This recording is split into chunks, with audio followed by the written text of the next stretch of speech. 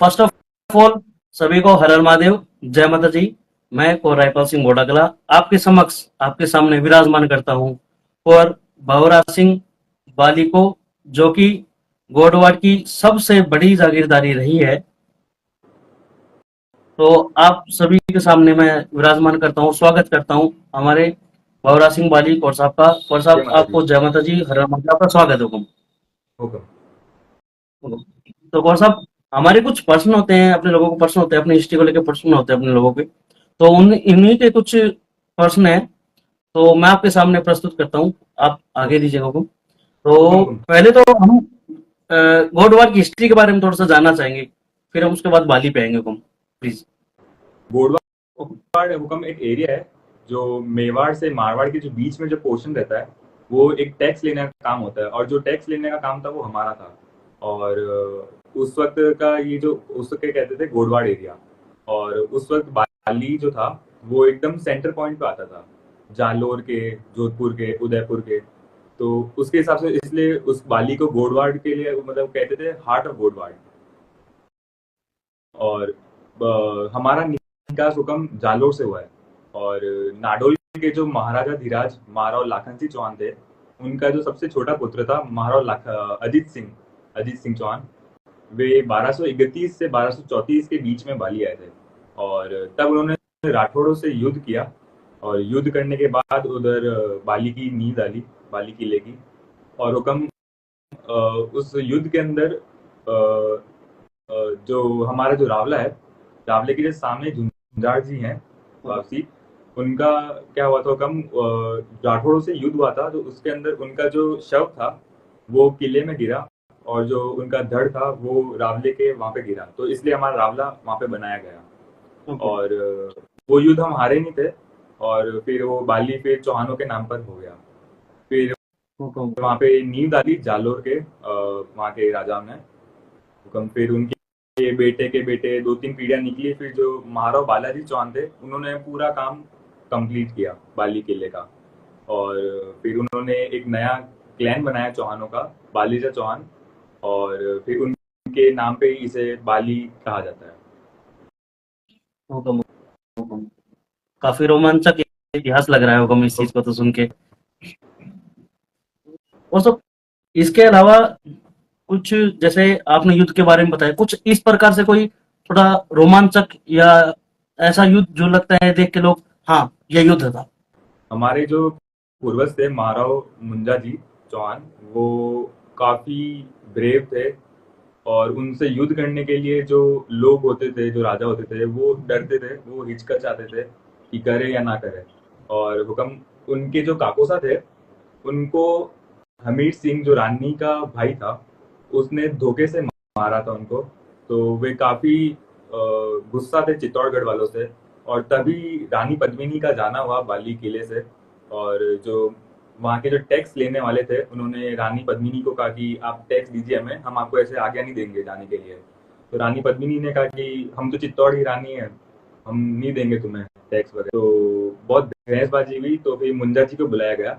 वे किले से आए और उन्होंने रानी पद्मिनी को कहा कि हमारे असूल असूल है, और हम तुम्हें बिना टैक्स के मतलब तुम टैक्स नहीं दोगे तो हम तुम्हें जाने ही नहीं देंगे, चाहे तुम कुछ भी कर लो। और उन्होंने रानी के पाइजब ले लिए पैर के। और उससे रानी को बहुत गुस्सा आया कि ये जागीरदार होके और हम रानी को ऐसे मतलब व्यवहार कर रहा है, और इतना मतलब हुआ है उनके अंदर। तो फिर वे वापस चित्तौड़ गए। और उन्होंने वहाँ के जो राणा थे उनको कहा कि तुम मुंजा जी को देखो, वो एक जागीरदार होके ऐसे मतलब रहता है एकदम ब्रेवरी में। और या तो तुम उसको मारो या वो तुम्हें मारे, क्योंकि उस वक्त मुंजा जी का काफी बातचीत रहता था हर जगह, क्योंकि वे काफी ब्रेव थे, उन्होंने खूब युद्ध किए थे और सारे युद्ध वे जीते थे। और रानी के भाई हमीर सिंह और तीन चार राजा और आए थे। राणा नहीं आए थे चित्तौड़ के, पर वहाँ की सेना आई थी चित्तौड़ की। और बाली की सेना उस वक्त काफी कम थी। और वे कुछ 2 दिन का युद्ध चला था, 2-3 दिन का, जितना मेरे को मैंने पढ़ा है।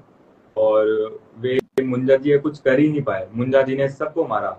और वो सब वापस चले जाते, वापस युद्ध चलता। फिर राणा जो था उन्होंने कहा कि इसे को तो हमें हटाना पड़ेगा रास्ते से। फिर हमीर सिंह जो थे वो देख राखी कर रहे थे कि मुंजा जी कहाँ जाते हैं, क्या करते हैं। तो जब मुंजा जी बहुत बड़े भक्त थे शिव जी के, और वे जब पूजा पाठ कर रहे थे तो उन्होंने हमीर सिंह ने देखा कि ये तब करते हैं पूजा वगैरह, और इस टाइम ये खाली रहते हैं। तो जब वो भक्ति कर रहे थे, मतलब जब वो पूजा पाठ कर रहे थे, तब हमीर सिंह ने उनको ललकारा। और मुंजा जी का ये असूल था कि जब वो पूजा या ऐसे कुछ करें तो वो अपना हथियार ना छुएं, और तभी हमीर सिंह ने उनका सर धड़ से अलग कर दिया मुंजा जी का।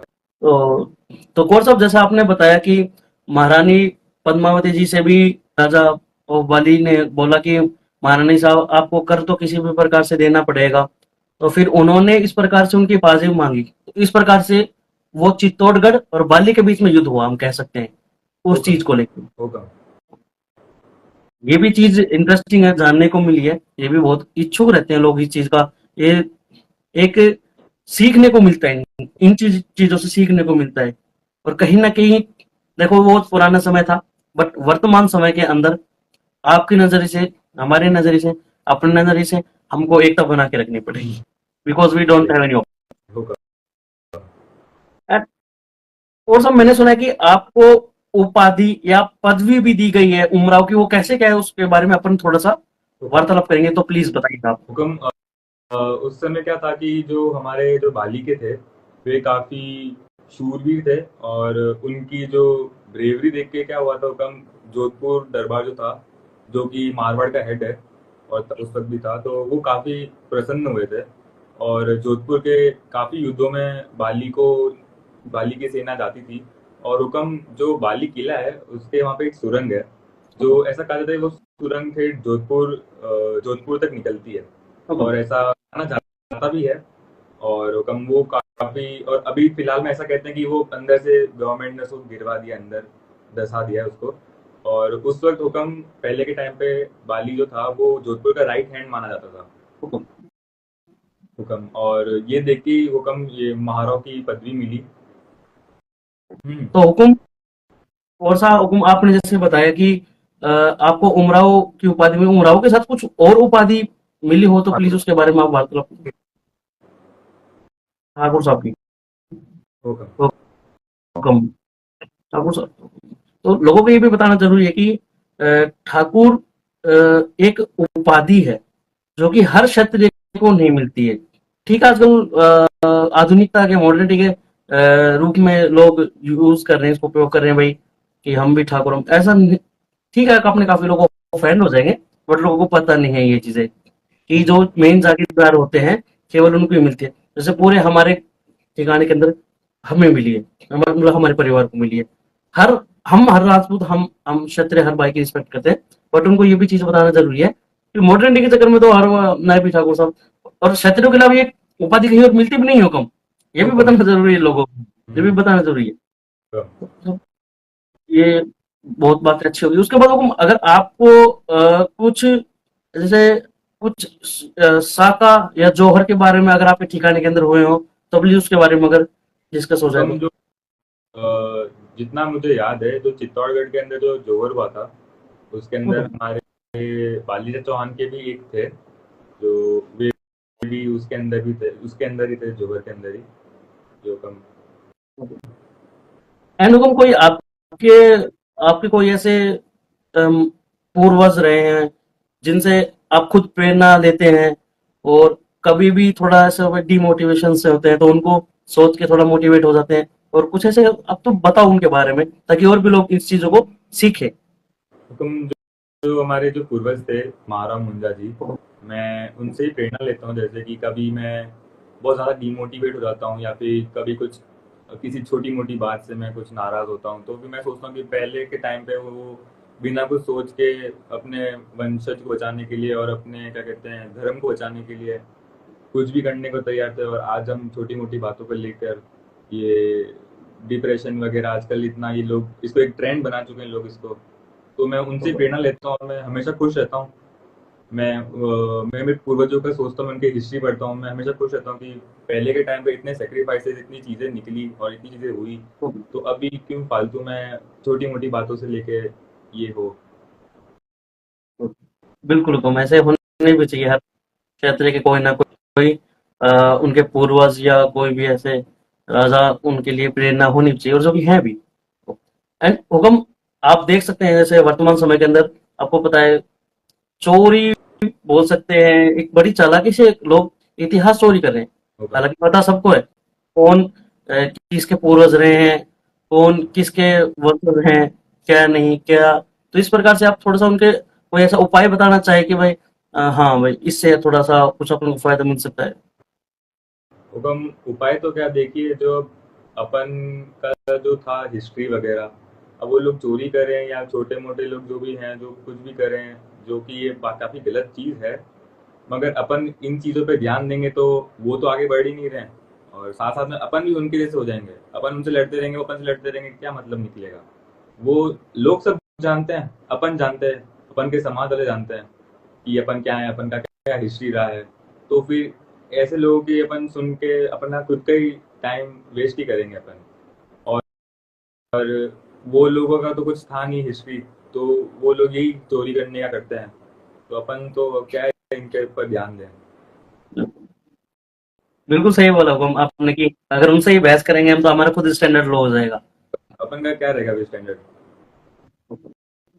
एंड आप अपने लोगों को जो क्षेत्रीय भाई हैं वर्तमान में जो कार्य कर रहे हैं कम्युनिटी के लिए कार्य कर रहे हैं ग्राउंड लेवल पे भी सोशल मीडिया पे भी तो ग्राउंड लेवल पे भी कर रहे हैं सोशल मीडिया पे भी कर रहे हैं हर प्रकार से अपने लोगों के लिए इतिहास चोरी होने से भी बचा रहे हैं किसी न किसी प्रकार के थ्रू किसी न किसी चीज के द्वारा। तो आप किस प्रकार से उनका धन्यवाद कहना चाहेंगे अपने लोगों को क्योंकि ये भी चीज बहुत जरूरी है।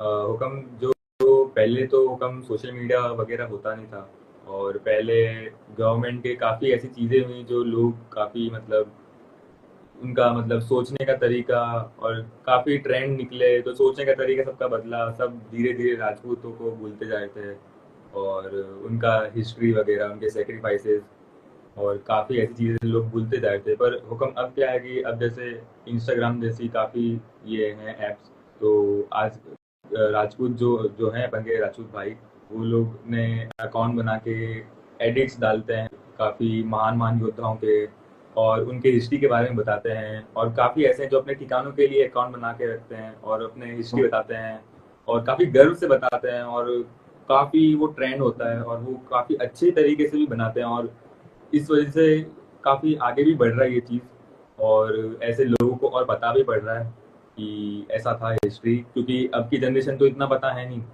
और जो शहर वाले लोग हैं, जो सिटी के हैं, उनको इतना तो ध्यान होता भी नहीं हुक्म, और वो काफ़ी लोग इंस्टाग्राम चलाते हैं। और आपका ही देख लीजिए हुक्म, आपने इतने अच्छी तरीके से आपका कंटेंट बना रखा है हुक्म, मतलब राजपूतों के बारे में जानना है, ये चीज़ है हुक्म, बहुत अच्छा है ये। और ऐसे ही सब आगे बढ़ रहे हैं हुक्म राजपूत भाई। और सिटी में जैसे मैं कह रहा था कि कोई इतना जानता है नहीं, आजकल सब रील्स वगैरह देखते हैं, इंस्टाग्राम चलाते हैं, तो रील्स में कभी कभी राजपूतों के एडिट्स आते हैं, महाराणा प्रताप जी के, काफ़ी अच्छे एडिट्स होते हैं, ऐसे होते हैं कि रोंगटे खड़े हो जाते हैं। ये काफ़ी अच्छी चीज़ है हुक्म कि आज सबका मतलब खून जाग रहा है, वापस वापस वैसा टाइम ऐसा लगता है कभी कभी कि सब वापस अपना मतलब वापस अपना रख रहे हैं पॉइंट। बिल्कुल हुक्म, बिल्कुल सही बोला आपने कि काफी अपने भाई हैं जो कम्युनिटी के लिए कार्य कर रहे हैं एडिट्स बना रहे हैं एडिट्स हिस्ट्री दे रहे हैं उनमें कर रहे हैं और काफी ऐसे लोग हैं जो इतिहास के अंदर एडिट कर रहे हैं चोरी टाइप का जैसे मैं बोल सकता हूँ अपन अपनी हिस्ट्री को अपना लोगों को शो कर रहे हैं और वे हमारी हिस्ट्री को एडिट करके अपनी हिस्ट्री बता रहे हुक्म। हैं ये भी लोग कौन सा कोई ऐसा कोई उदाहरण या कुछ ऐसी बात जिससे अपना अपने लोग वर्तमान में सभी लोग कुछ उनको सीखने को मिले सीखने को मिले।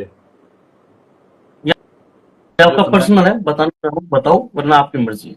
हाँ, तो अभी हुक्म मैंने अब ऐसा काफ़ी देख रहा हूँ मैं कि आजकल राजपूत भाई आपस में लड़ाते हैं, एक दूसरे का हाथ ना पकड़ के एक दूसरे की टांगे खींचते हैं, और ये काफ़ी मैं देखता भी हूँ, और काफ़ी मैंने देखा ये चीज़, और अपन को ऐसा नहीं करना चाहिए, क्योंकि अपन सब राजपूत भाई हैं, और पहले के समय में सब एक दूसरे का हाथ पकड़ के आगे रहते थे। तभी देखिए इतने ठिकाने हैं राजपूतों के, इतने सारे मतलब इतिहास, मतलब काफ़ी अच्छे अच्छे इतिहास हैं। पर आज अपन ऐसा कर रहे हैं, लोग काफ़ी अपना बिजनेस बढ़ाने के लिए एक दूसरे की टांग खींच देंगे, राजपूत राजपूत भाई, मतलब ये काफी गलत है और अपन को सबको एक साथ होना चाहिए और आगे बढ़ते रहना चाहिए अपन सबको ये इकट्ठे। बिल्कुल, बहुत सही आपने बात कही कि टांग की जगह हाथ पकड़ के खींचे तो वो ही अपना क्षत्रिय भाई है। ये चीजें बहुत जरूरी है, लोगों को सीखनी भी चाहिए वर्तमान। जो पुराने समय में जो आपस में युद्ध होते थे वो चीजें थी, वो खत्म करो। बस जो वर्तमान में है, उसके साथ रहो, रटो, यूनिटी बनाओ। उसके अलावा अपने पास कोई विकल्प नहीं है, जो कि अपने को रखना पड़ेगा, साफ सीधी बात है। नहीं तो ये बाकी जो है ये खत्म कर देंगे और कुछ नहीं है। अपन को जैसे धीरे धीरे अपने इतिहास को खत्म कर रहे हैं, अपने जितने एमपी मिलते थे, अपन मेंबर ऑफ पार्लियामेंट, धीरे धीरे उतनी सीट खत्म कर रहे हैं। अपन लोगों को देखना पड़ेगा, ग्राउंड लेवल पे भी हर जगह देखना पड़ेगा, राजनीति के अंदर भी घुस के भी अपन लोगों को देखना चाहिए। बाकी और सब आपका तहे दिल से धन्यवाद आपका। आप आए, समय दिया अपने लोगों को, आपका आपके धन्यवाद। बाली मौका मौका मौका मैं तो आपका बड़प्पन होगा। आपके बाली जागीरदारी के बारे में सुन के बहुत अच्छा लगा। होगा ये मेरा बहुत सौभाग्य है। होगा अब चौहान है, मैं भी बढ़िया चौहान होगा हुकम। आपका तहे तहे दिल से धन्यवाद हुकम, समय देने के लिए हुकम। आगे दीजिएगा हुकम। हर हर जय महादेव, जय माता माता दी।